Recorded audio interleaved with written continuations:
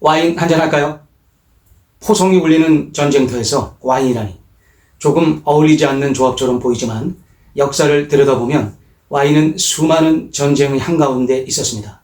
병사들이 피로를 달래주던 한 잔, 승리를 축하하는 건배, 패배 앞의 침묵 속에서 위로, 오늘은 총성과 함께 피어났던 그 붉은 빛, 전장에서의 와인 이야기를 해보려고 합니다.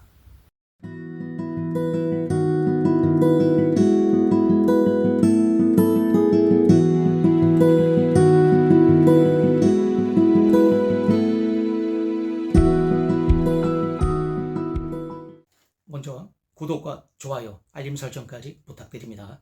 여러분의 응원이 힘을 나게 합니다. 반갑습니다. 와인 오디세이에 오신 것을 환영합니다. FIC 한국 와인기사단 김동준 총사령관입니다.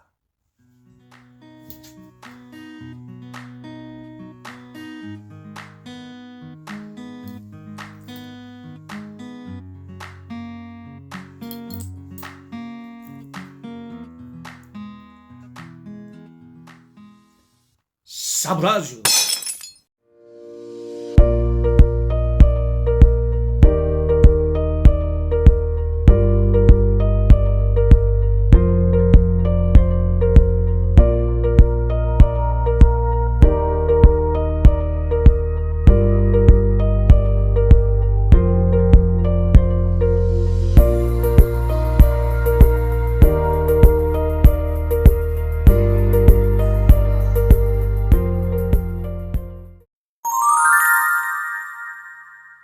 로마 군단에서는 와인이 단순한 기호식품이 아니라 물 대신 제공되던 기본 배구품이었습니다.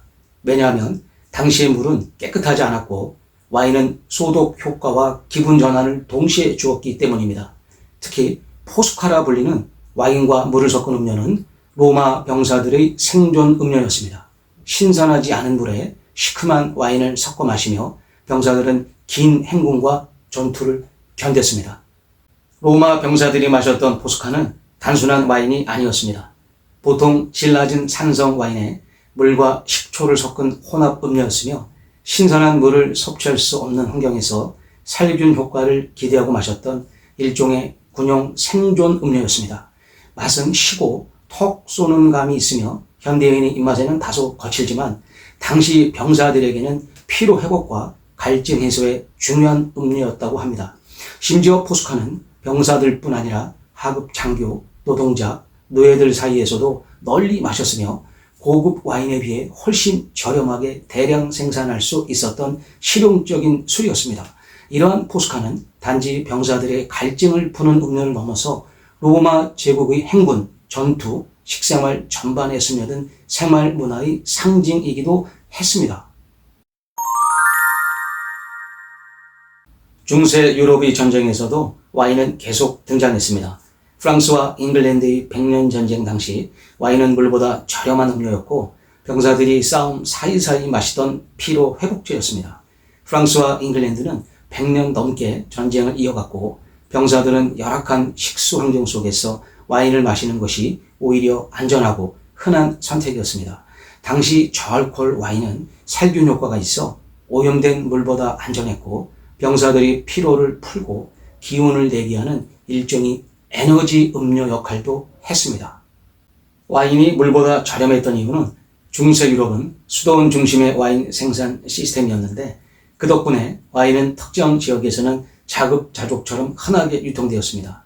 특히 프랑스 남서부 지역에서 잉글랜드로 대량 수출되는 와인은 왕실뿐만 아니라 중산층과 병사들에게까지 공급되었고 물보다 와인이 더 널리 소비되는 경우도 많았습니다. 17에서 18세기 나폴레옹 전쟁기에는 프랑스 군대가 보르도 지역을 지나며 대량의 와인을 징발했습니다. 당시 군대는 와인을 단순한 음료가 아니라 에너지와 사기를 유지시켜주는 군량으로 간주했습니다. 그래서 프랑스 병사에게는 빵과 와인이 필요하다라는 말이 생겨났고 일부 장군들은 와인을 물보다 안전한 식수로 지급하기도 했습니다.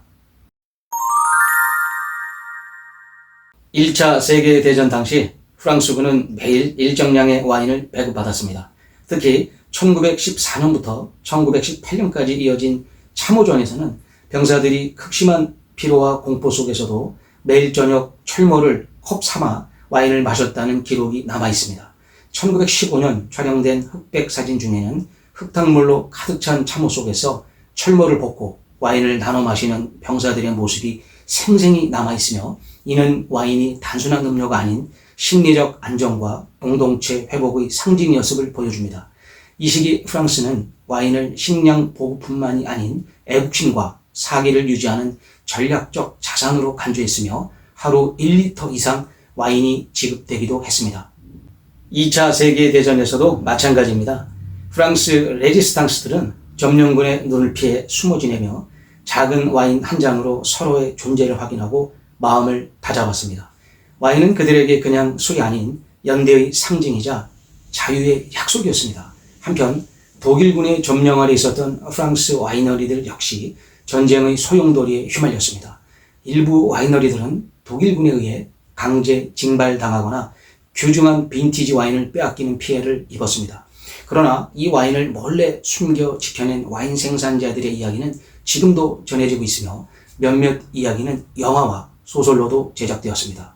그 혼돈의 시대 속에서도 작은 와인잔 하나가 인간성을 잃지 않게 해주는 마지막 평범함이자 일상의 끈이었습니다.